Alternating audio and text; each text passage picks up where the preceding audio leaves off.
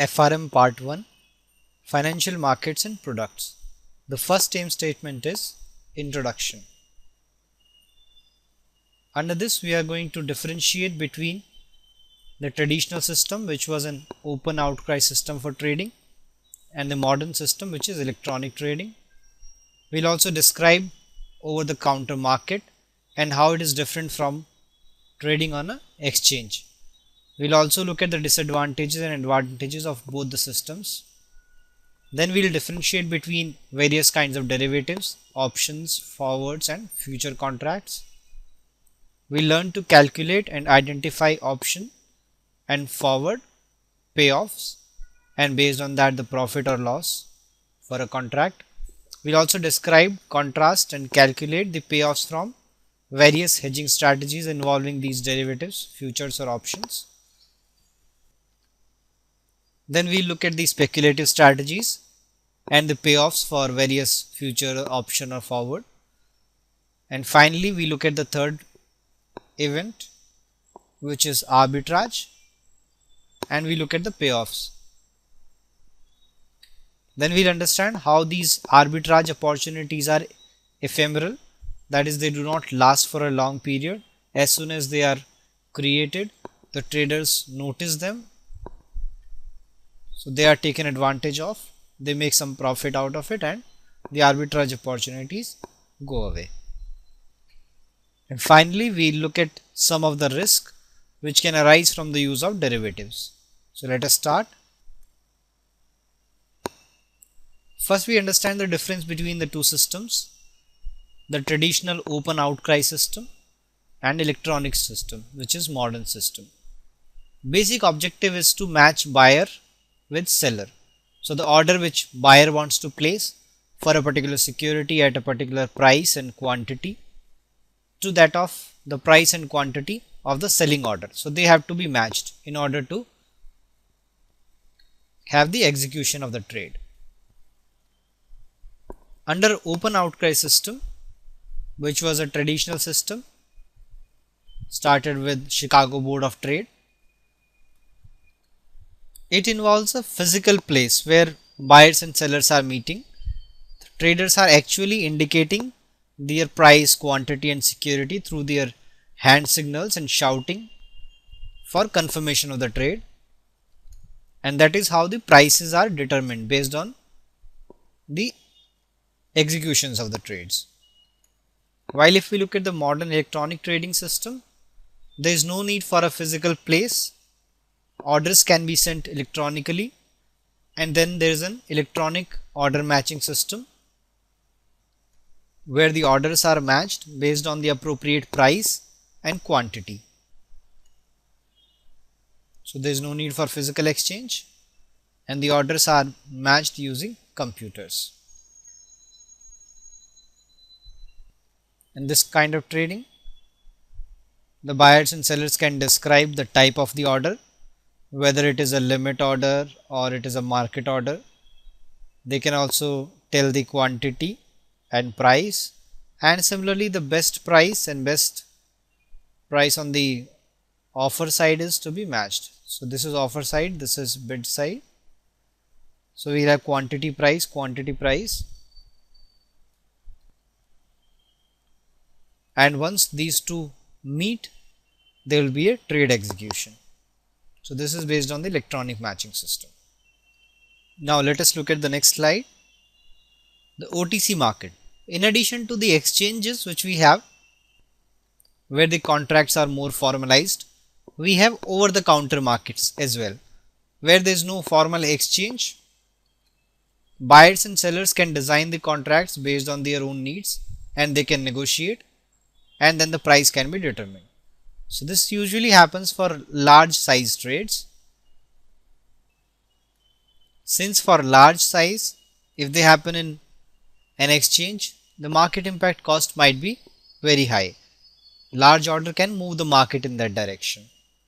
So to avoid that risk, these kind of trades sometimes take place in over the counter market. That is why the size of overall over the counter market is multiple times more than the exchange traded market. In the case of over-the-counter markets, the terms and conditions are not set by any exchange since no exchange is involved there, and the participants have flexibility to negotiate the contract. So they can have negotiations over the quality of the commodity or terms and conditions of a contract, and based on that they can come up with the price. Mostly these markets are run by phone, and if there is a event of misunderstanding, the calls which are usually recorded can be referred to. In this case, as we can understand from the process, the counterparty risk and credit risk is more. Here the onus to judge the credit worthiness of the other party is not on any exchange, but one party has to determine it. So there is a clear counterparty risk involved in OTC market, which is not there so much in exchange traded market. In exchange traded market, the one side buyer or seller does not know with whom he or she is trading. So there is no question of counterparty risk there. Let us move to the next slide. Derivatives. We have multiple kinds of derivatives. The simplest ones are forwards, futures, options and swaps. Let us look at the most common one, which is forward option. This is a contract which specifies that there is going to be a trade at a particular price and a particular quantity for an asset, and which will take place sometime in future. So for example, if it is a buy contract,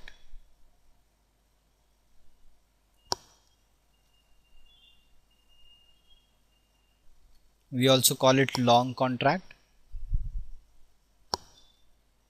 If a trader is getting into a long contract or buying a forward contract, it is nothing but a promise to buy a certain quantity of an asset at a fixed price sometime in future. So that time is also mentioned in the contract.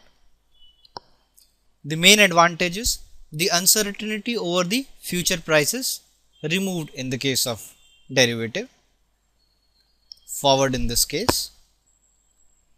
These forward contracts are non-standardized, so they are traded on OTC market. So in a forward contract, there is going to be a trade between two parties, long and short. The long is offering a promise to buy a particular contract at a specified price and quantity at a given date, and short is promising to sell that security or commodity on that particular trade at a given price. So this is a contract between a long and short side. This kind of derivatives are very popular in foreign currency contracts. So there they are used to mitigate foreign exchange risk. Now let us look at another common and very similar derivative, which is future. Structure wise, they are very similar to each other. The main difference is that futures are formalized and legally binding contracts. The exchange has given specification regarding the contract size, the quality if it is a commodity, and specific dates for expiry. So it is formalized and it is legally binding contract for both buyer and seller.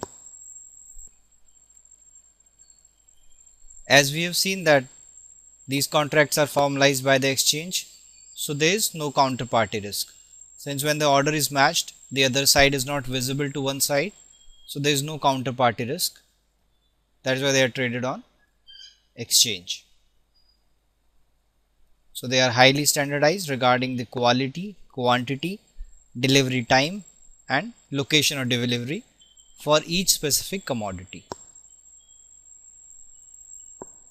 As we have seen, the forward contracts are more popular in foreign exchange transactions.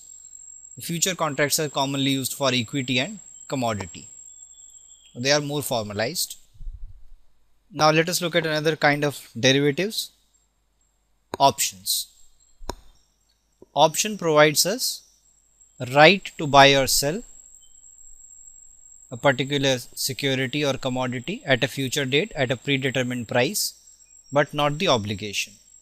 So that is the basic difference between a future or forward contract as compared to an option. While the future or forward contract will be obligatory for both the parties, in options one party is going to have a right and another party has to abide by that. So the one who is buying the option is buying a right for a transaction, buy or sell. Based on that, there are two kinds of options. One is call option, another is put option. So call option is a right to buy, whereas the put option is right to sell. So if someone has bought a call option, so we call it long call, the person has bought the right to buy the asset at a given price, which is called strike price or exercise price, within a specified time period or a specific date. So there is a difference between the two. We'll understand it shortly.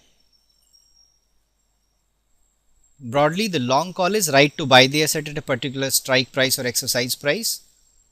When we say long put, it is a right to sell the asset at the strike price.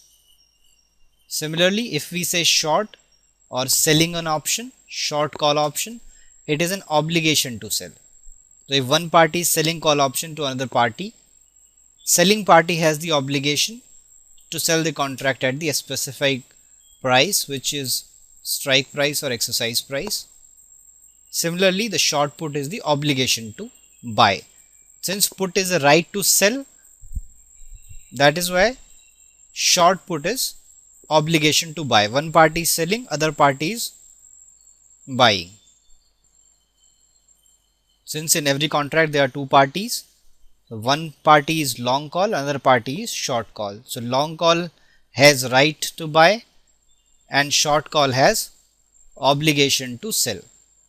So when this party wants to buy, it can buy, the other party has to sell, and if long call owner does not want to buy, he has an option not to buy.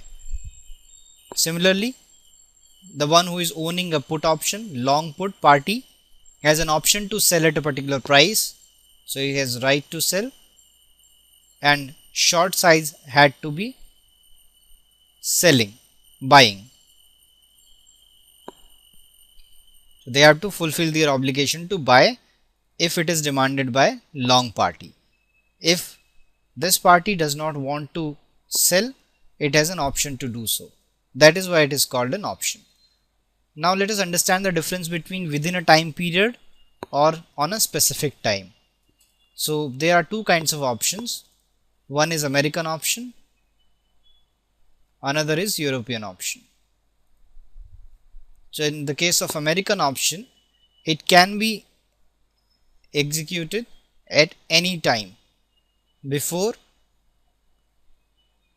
the specified date. So if it is an American option for say May month and the expiry is say 31st of May, then the person who has long call option and it's an American option, he can buy the security at any date before 31st May.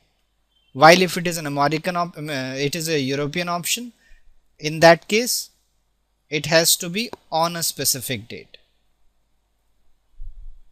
So suppose it is again long call option for May month. The buyer of call option has the right to buy on this particular date, not before that. So European option can be exercised only on a particular day, whereas the American option can be exercised at any date on or before a particular given date. So that is the difference between these two kinds of options.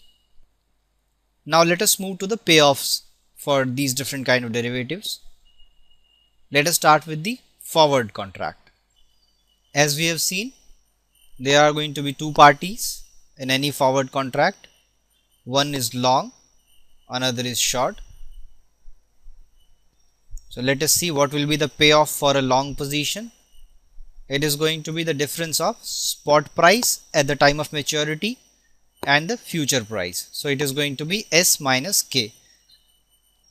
Now let us understand it with the help of a numerical example. Suppose there is a company C which wants to buy a raw material 2 months from now,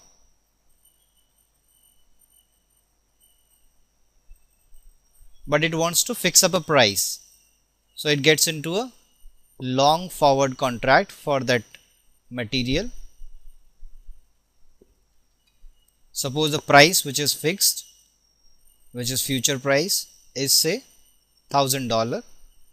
That is the price at which this company is going to buy after 2 months. Since the company does not know what is going to be the actual price at that time or spot price at that time, the company is trying to reduce its risk. So suppose at the time of expiry 2 months from now, suppose the price which is called spot price is $600. Now if the party had not gone into this contract, it could have bought the material at $600. But now since it has gotten into this contract and it's obliged to honor the contract, it has to buy at $1,000. So there's a loss of $400. Now let us take another case. If the spot price become the $1,000 itself and the company is obliged to buy it at $1,000 because of the forward contract, there is no difference, it can directly buy from the market at the same price. So there is zero loss or profit. At the same time, let us take the third case where suppose the spot goes to $1,200. The actual market price at that time was $1,200, but the company has gotten into this contract, so it can buy the material at $1,000 itself. So effectively, because of this forward contract, the company has gained $200. So if we plot it for a long position, this blue line shows the payoff for long position of a forward contract. Suppose this K was 1000, this was the exercise price or future price, and this S represent the spot which is on the x-axis. So when the spot was say 600, there was a loss. The payoff was minus $400. If it was 1000, then spot and future are equal. The payoff is 0. Suppose it is 1200, the spot price, then there was a gain of 200. We can see on this line there will be a gain of $200 positive when the spot price was more than exercise price or future price. On the same lines, we can understand if it is a short position, the payoff is going to be exactly opposite of that. For the other party who has gone into the short contract, if the other party is selling and the commitment is to sell at $1,000, if the price is 600, the market price is 600, but the company is selling at $1,000, then the short side will gain $400. So whatever is the gain of short is going to be loss of long. So at this point, this is $400. So this is the gain for short side. Similarly, when the price was $1,200, on this short line we can see it is loss of $200, minus $200. So that is how we can see long and short position are going to have opposite payoffs. Now let us look at the payoffs of options. We start with call option.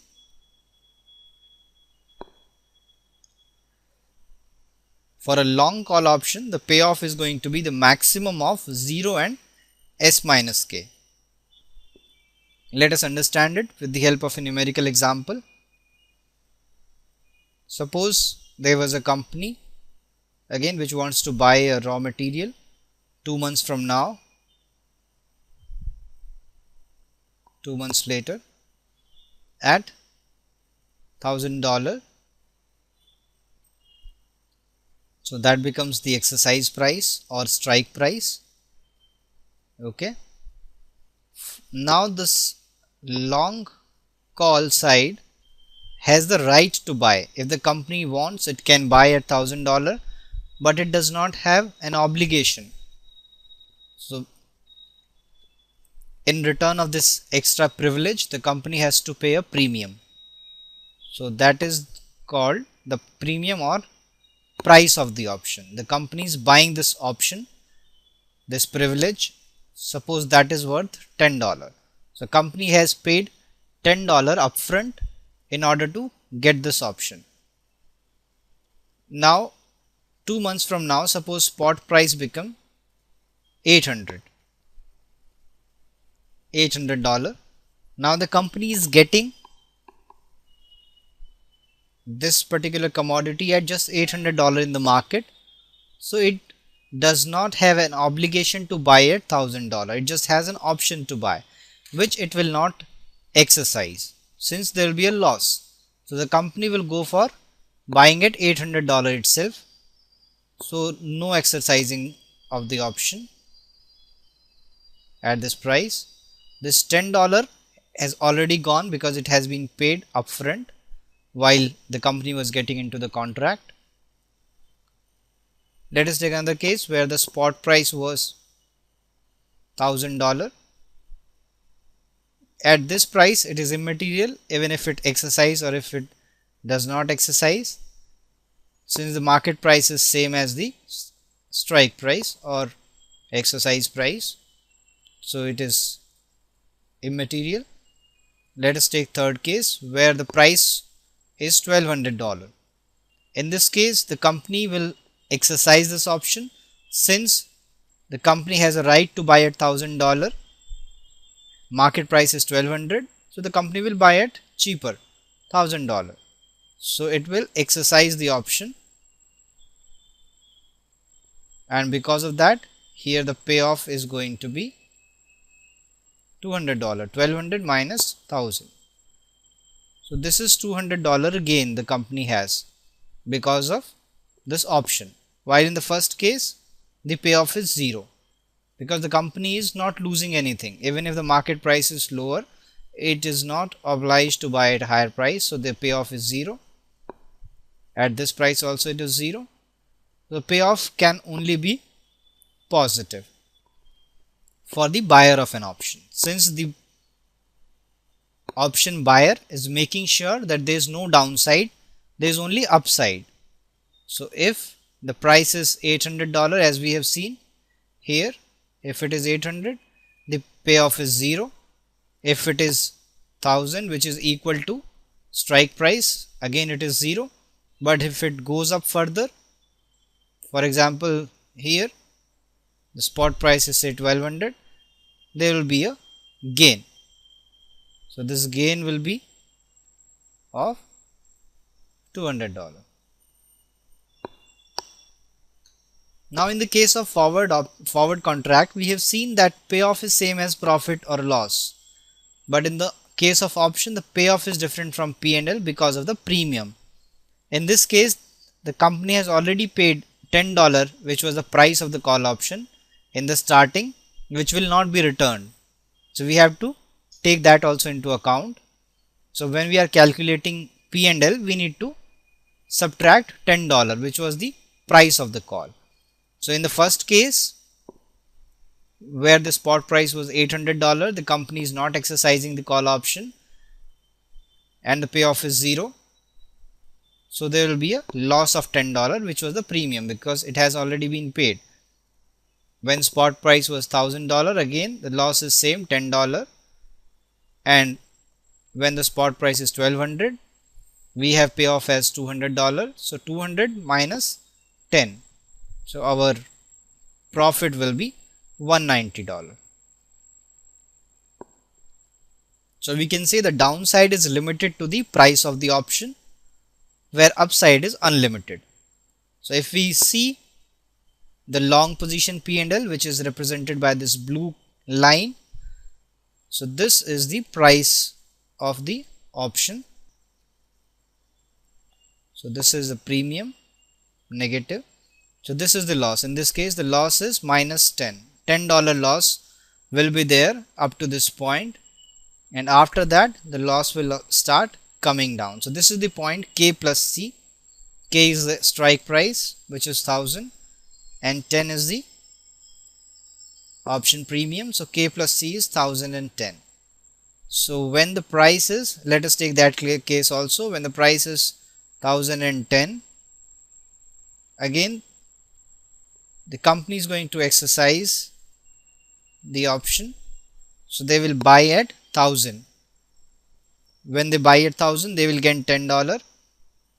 So this will be the payoff. Payoff is $10, but the price of option was also $10. So net profit or loss is going to be 0. So here this is the point where we have positive payoff of $10, but the profit and loss is 0.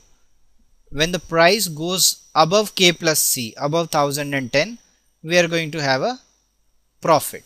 So here we have profit. So as we can understand, for a long call side, the profit side is unlimited, where the downside loss is limited to the price of the option, which he or she has already paid. Now let us look at the other side of this contract, which is short. So the one who is selling call option, short call option, the payoff is going to be opposite. That is negative of maximum of 0 and S minus K, spot minus exercise. Since for an option writer or option seller, the downside is unlimited because they have an obligation to buy, to sell, but they do not have any right. So if the buyer of the option wants to buy, they have to sell. So because of that, their upside is limited to the value of the premium and the downside is unlimited, since it is just the opposite of that. So we can see the maximum they can gain is just $10 premium, but their downside is unlimited. They can lose any amount. So that is why all risk is taken by short side, and for long side risk is reduced. Now let us look at the payoff and profit and loss for put option. As we know, the put option is going to be the right to sell at a particular price, and the payoff is maximum of 0 and K minus S. Here it is opposite. So where the exercise price is higher, spot price is lower, then it will be positive number, otherwise it will be 0. It cannot be negative. Since it is a option buyer long, it cannot be negative. As we have seen in the call option as well, the long call is 0 in the worst case, the payoff, and in the put option also, in long case, maximum it will be unlimited and minimum it could be 0. And for the short side, the best case scenario is 0, otherwise it is going to be a loss. It is negative. So this is the payoff for short put. Now let me again explain it with the help of an example, numerical. Let us say there is a farmer who wants to sell it product 2 months from now at say $1000, but he does not want to take unlimited risk of price going up, so it just buys an option or long put option. So he has a right to sell at $1,000, but if the price move up, he is not obligated to exercise the option. He can sell at a higher price as well. For this privilege, the farmer pays the option price or the premium, which is say again $10. The farmer has paid $10 upfront to get into this contract, where he has an option to sell at $1,000. So let us take first case, where suppose the spot price was $900. Market price is $900.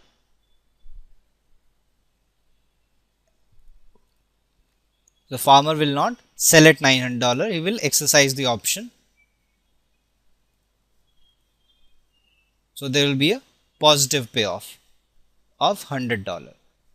Market price is $900, but farmer is able to sell at $1,000 because of the contract. So $100 is the gain. So this is payoff. But the profit is going to be, profit or loss is going to be 100 minus $10, which was the option premium which he has already paid. So 100 minus 10 is $90. So there will be a positive 90, which is gain. Suppose spot is $990. Now also the farmer is going to exercise the option. He will sell at $1,000 and he will gain $10 extra. This is the payoff. But the P&L is going to be 0, since these $10 which he has gained, he has already paid the same amount as an option premium. So overall the P&L is 0. Now let us take third case, where suppose the spot price become $1,100. Now he will not exercise the option, since he can directly sell in the market at $1,100. He does not need to sell at $1,000 since he has bought the option. So he will not exercise, and because of that he will sell at the market price. So overall the payoff is going to be 0 and P&L is going to be minus 10 because of the premium which he has paid. So if the spot price goes up, he will lose only $10. If it does not go up, if it falls, then the gain is unlimited. So this is the line for long position, blue line. This black line represents the payoff. So let us look at the payoff first. So this is the payoff for long. So payoff is going to be 0, where it is equal to spot price. For example, S is 1000. So it is immaterial whether he exercise or not. Payoff is 0 and this is minus 10. So at this point payoff is 0.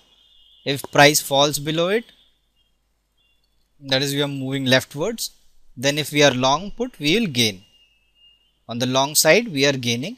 So this is the payoff, which is positive. And if it is short position, there will be loss.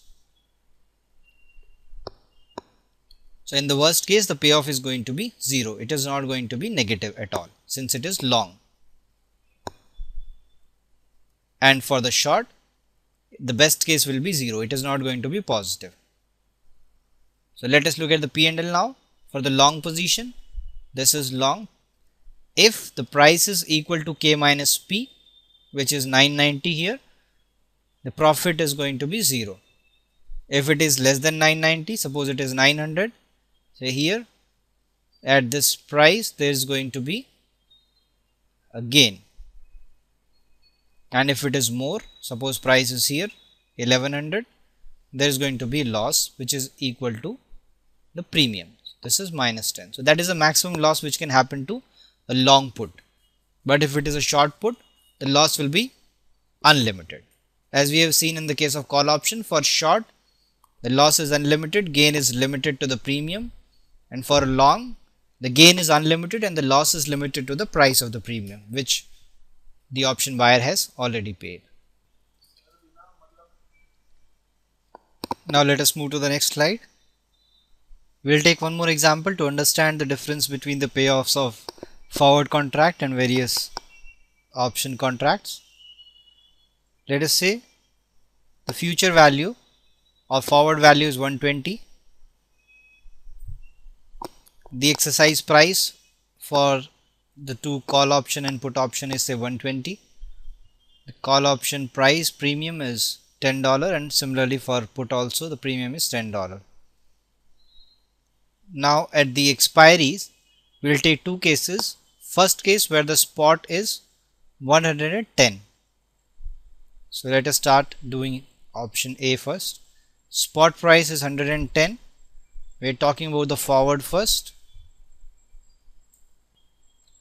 So for long forward there is going to be a loss, since payoff for long is S minus K. S is 110, future price K or F, whatever we can write, is 120, so it is minus 10. So we can understand it in a way. For long forward contract it was supposed to buy at $120 at the expiry, but the spot price was 110. So in the market he could buy at 110, but because of the contract he has to buy at 120. So $10 was the loss for the forward contract. Let us look at the case where the person was long call. For long call again we have payoff as S minus K, which is again 110 minus 120, so it is minus 10, but the P&L will be minus 20 because of the premium which has already been paid.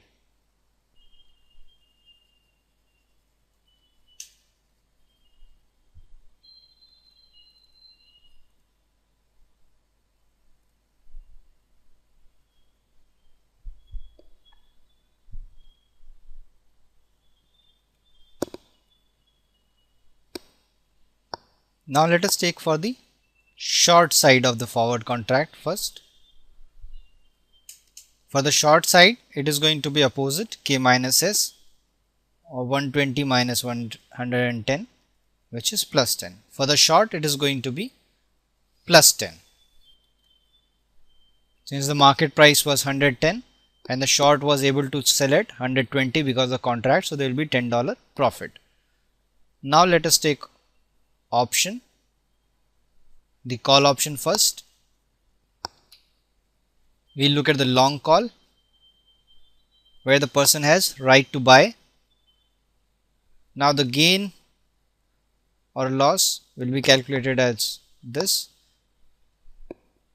The payoff is going to be maximum of 0 and S minus K, and then for P&L we will reduce the premium. So the maximum of 0 and S minus K, the value of S is 110 and K is 120.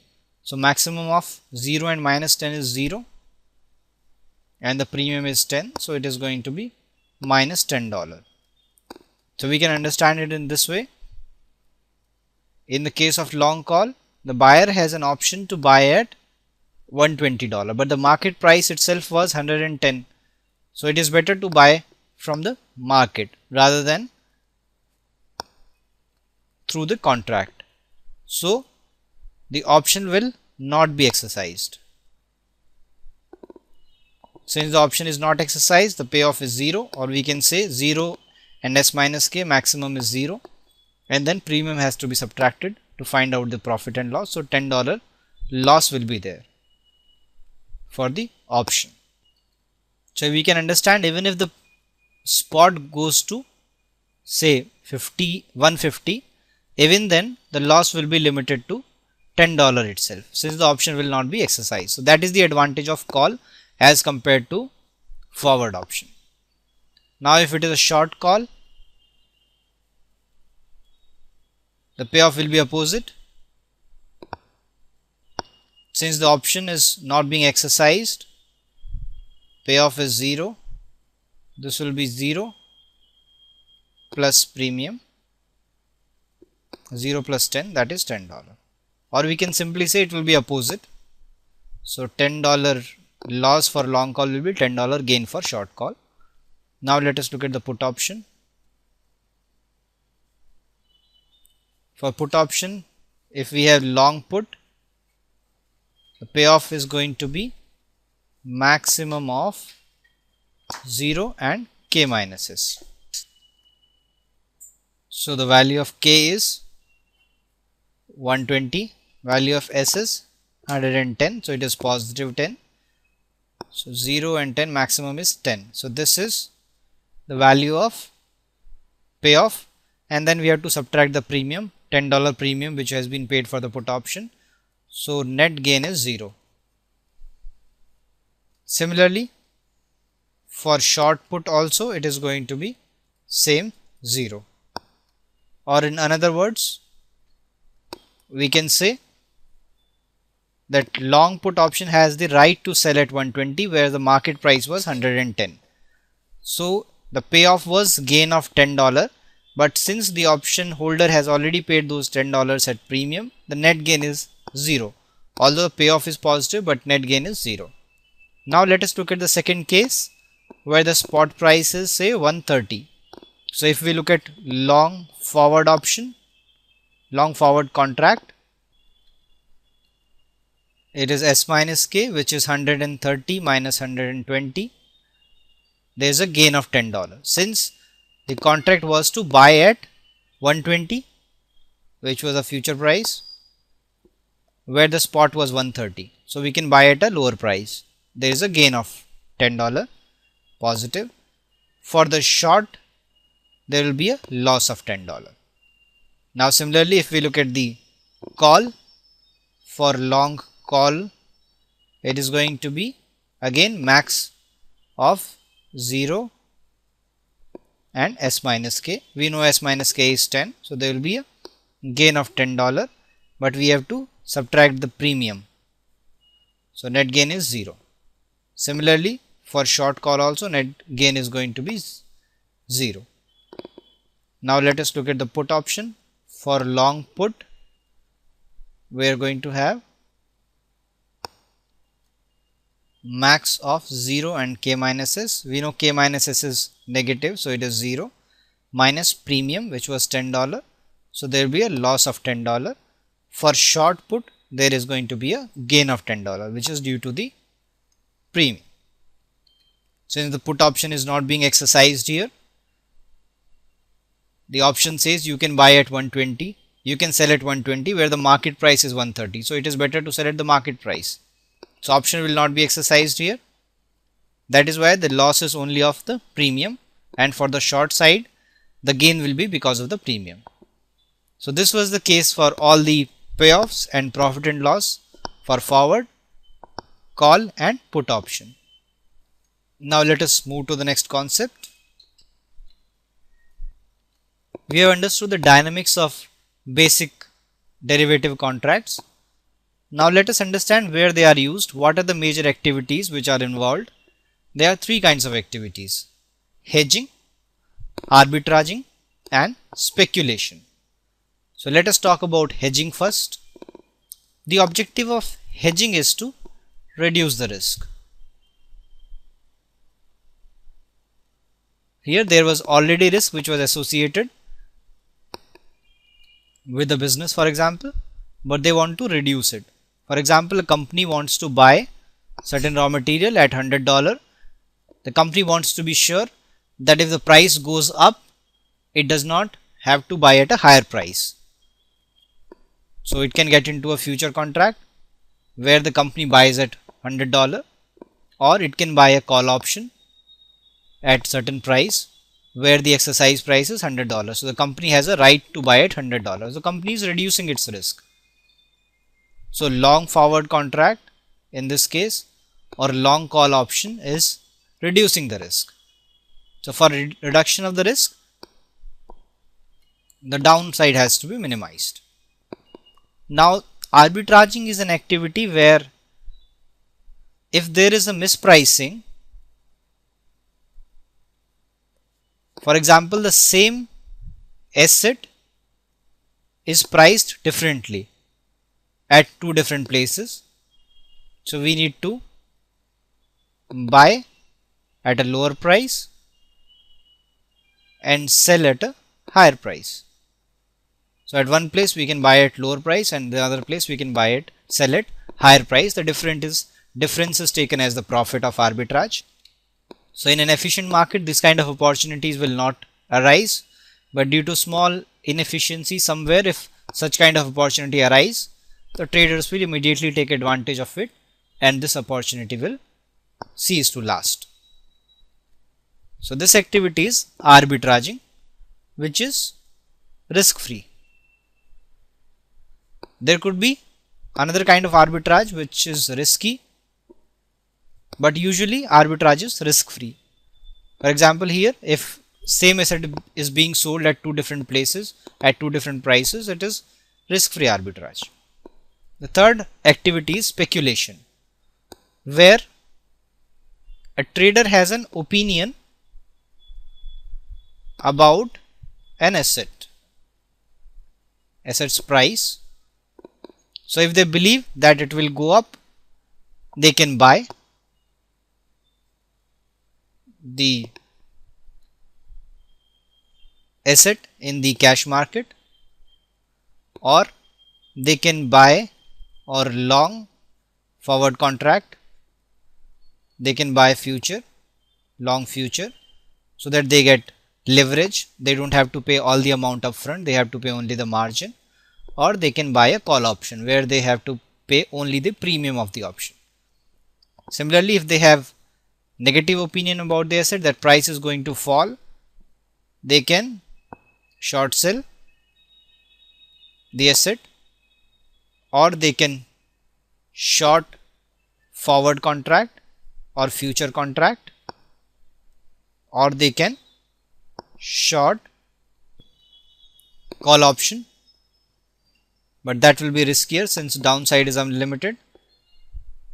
If they do not want to take more risk, they can long put option. They can buy a put option. So if the price of the asset falls, the value of put will go up. So these kind of activities are speculation based activity. So here the company is, or the trader is, increasing the risk to increase the gain. So that is the speculation activity, while hedging is to reduce the risk. Now let us understand these mechanisms one by one. So we start with hedging. How to hedge with a forward contract. So suppose there is a buyer who wants to buy a commodity worth $1 million at a future date. The current value of one contract is 85. The forward value is 100. So what does the buyer want to do? He wants to be sure that he is able to buy at $100. So he buys a forward contract. So long forward at $100. So if the price goes up, he still be able to buy at $100. But if the price comes down, then he has to obey the contract and he cannot buy at lower price. So that is a downside risk for a forward contract. So let us take the case at the time of expiry of the contract. Suppose the value goes to 110. So if the position is hedged, in that case he will buy at $100 and there is a $10 payoff. Since the market price is 110 but he is able to buy at 100, so there is $10 gain for hedged contract. But if it is unhedged position, he has to buy at 110 itself. So in that case he will buy at 110. So there is a risk associated with it. At the same time, if the value falls, value becomes say 70. So the value is falling and he is hedged, then he has to abide by the contract and he has to buy at 100. Even though the market price is 70, he has to still buy at 100, less than the market price. So as compared to market, he will lose $30, while if it is unhedged, you can simply buy at 70. So it is better off there. So now we need to understand, while hedging we are trying to reduce risk of one side by sacrificing gain on the other side. So this is what the hedging activity means. So the company is trying to protect itself from a price rise for that commodity which it wants to buy, but if the price falls, the company will not be able to take advantage of it. So when the price falls, the company does not gain because its upside of price rise is protected. So that is the advantage of hedging. Similarly, let us look at the hedging activity using an option contract. Let us take the call option first. We have the same example where the buyer wants to buy a commodity at say $100 and he wants to hedge the price rise, hedge against price rise. So he doesn't want to be in a situation where the price goes up significantly and the buyer has to buy at a higher price. So he wants to hedge against it. So one option was forward contract. Another case could be call option, where he is buying call option at a premium of $12. He has the right to buy at $100. While the current price is 110 and at the time of expiry, suppose value becomes 130. So we see what happens if it is hedged. He has bought a long call option. At the time the price is 130. So max of 0 and S minus K, S is 130 and strike price was 100. So difference is positive 30. Minus premium which is 12. So max is 30, 30 minus 12 is 18. So this is the gain of $18. Or we can explain it, since he has the right to buy at 100, even if the market price goes to 130, he can still buy at $100. So option will be exercised and the $30 is the gain. But we have to subtract the option premium which he has already paid upfront. So 30 minus 12, $18 is the net gain due to hedging. Had this position been unhedged, he had to buy at 130. But now he is buying at 100 itself, but $12 he is paying. So effectively he is buying at 112 in one way. So hedged position is better. But if the price suppose goes to say 70, in that case if hedging is happening, so hedged position, the option will not be exercised. The buyer will buy from the market itself at $70 since it is not an obligation. So the loss will be only because of the option premium which has been paid in the starting. So there will be $12 loss. So this is the maximum loss possible. While if the person is unhedged, he will buy at $70 itself. So we can clearly see that for hedging against a price rise, the option premium is the amount which is being paid. So that is the maximum loss which can happen.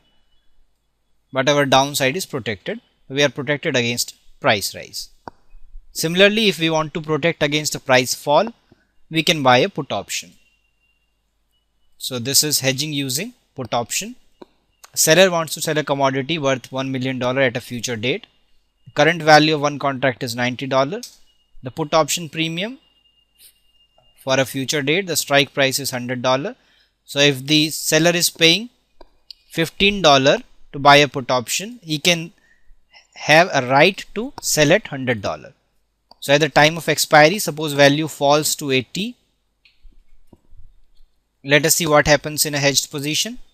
In hedged position, since the value is 80, the option will be exercised. Market price is 80. but the seller will be able to sell at 100.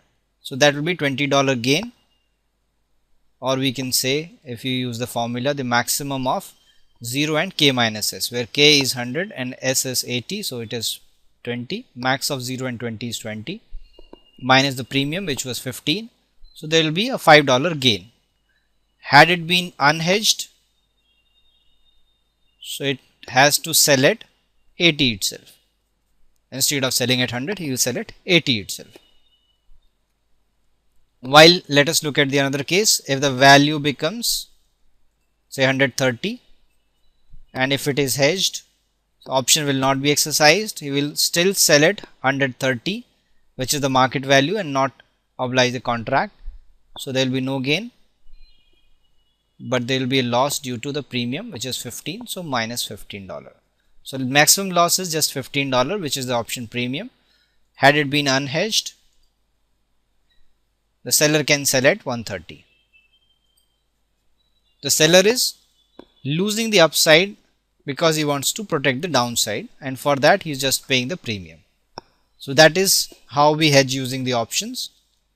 Now let us look at another important activity which we have talked about, is arbitrage.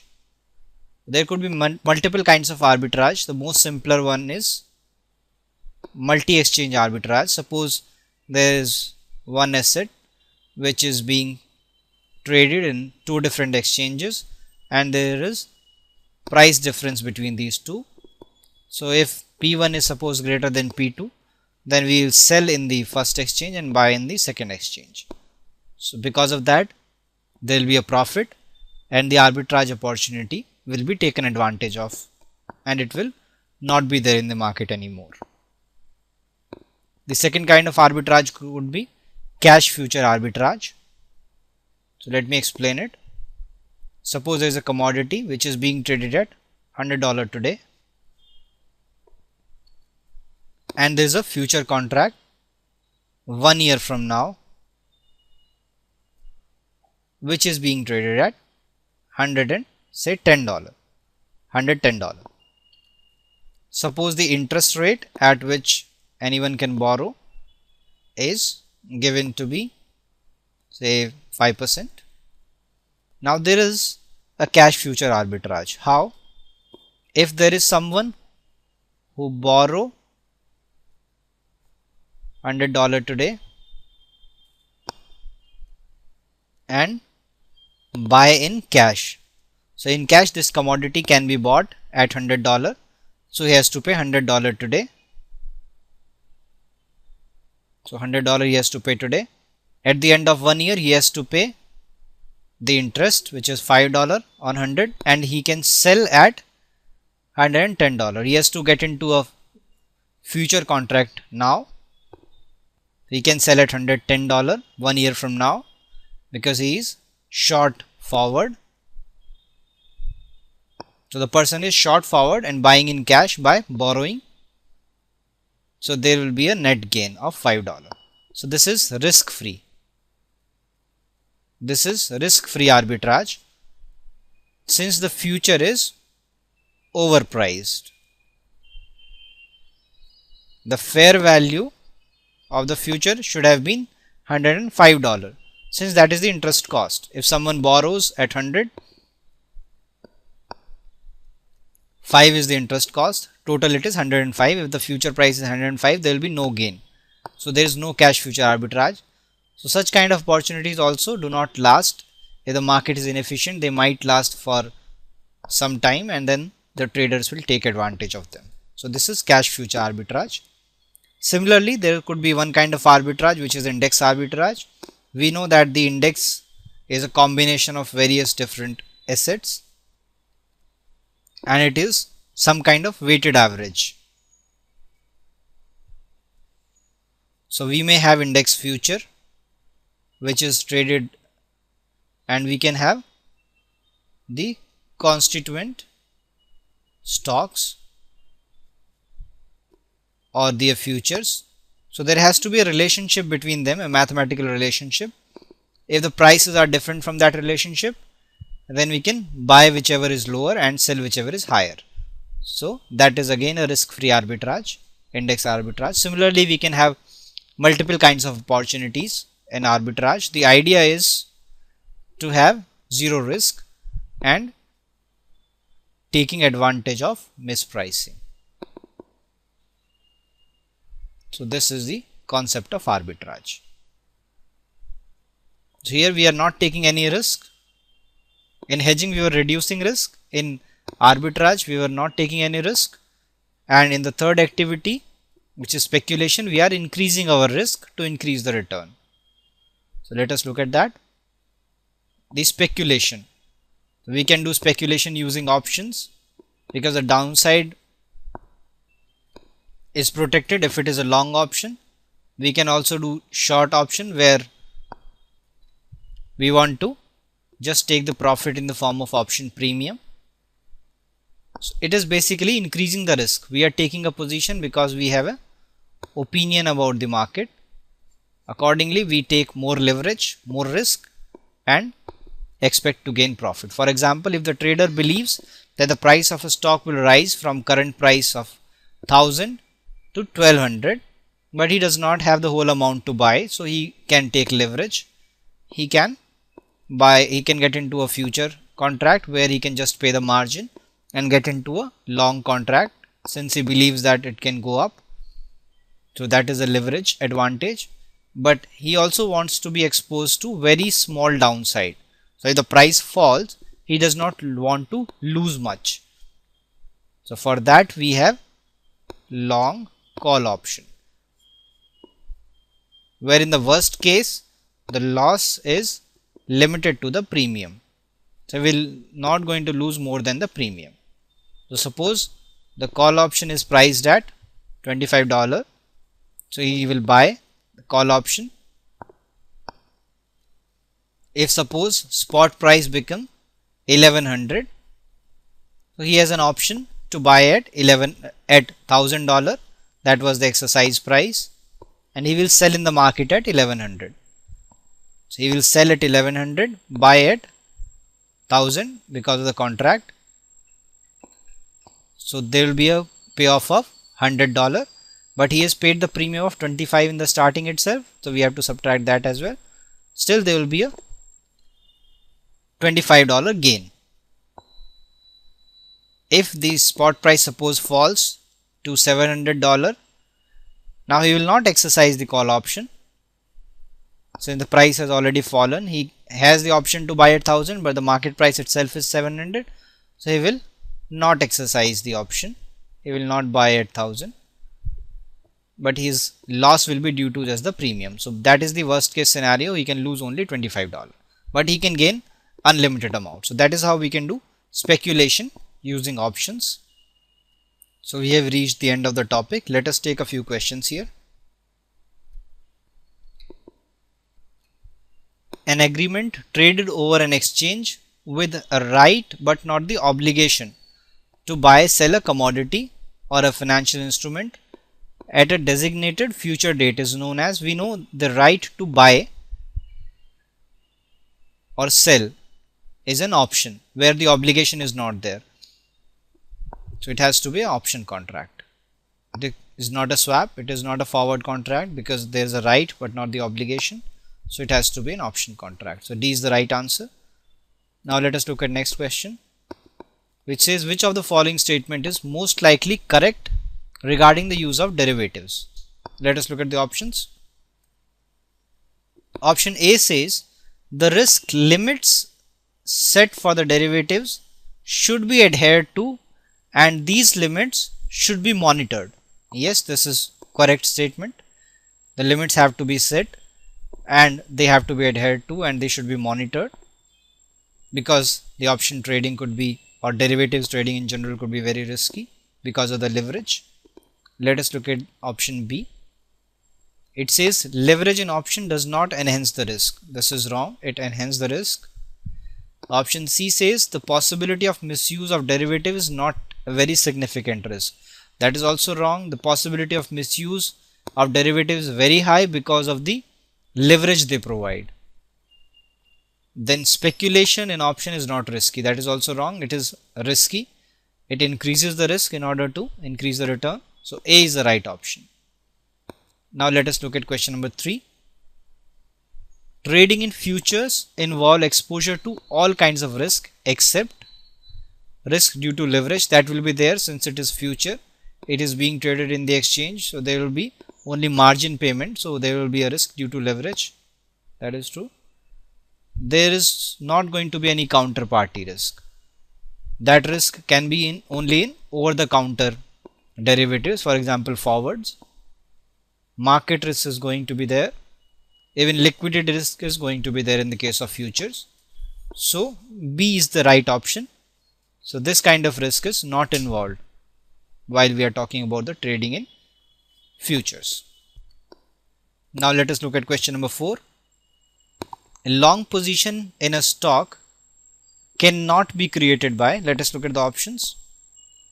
Buying future. Buying future is a long position in a stock. It is equivalent to that. When the price goes up, a long future will gain. Selling put option. That is also another way of having a long position. If the market price of the stock goes up, the short put position will also go up. Selling call option. When the price of the stock goes up, the price of call option also goes up. So this is selling call option is basically a short position. So a long position cannot be created by selling call option. This is wrong. Buying call option is again a long position. So C is the appropriate option.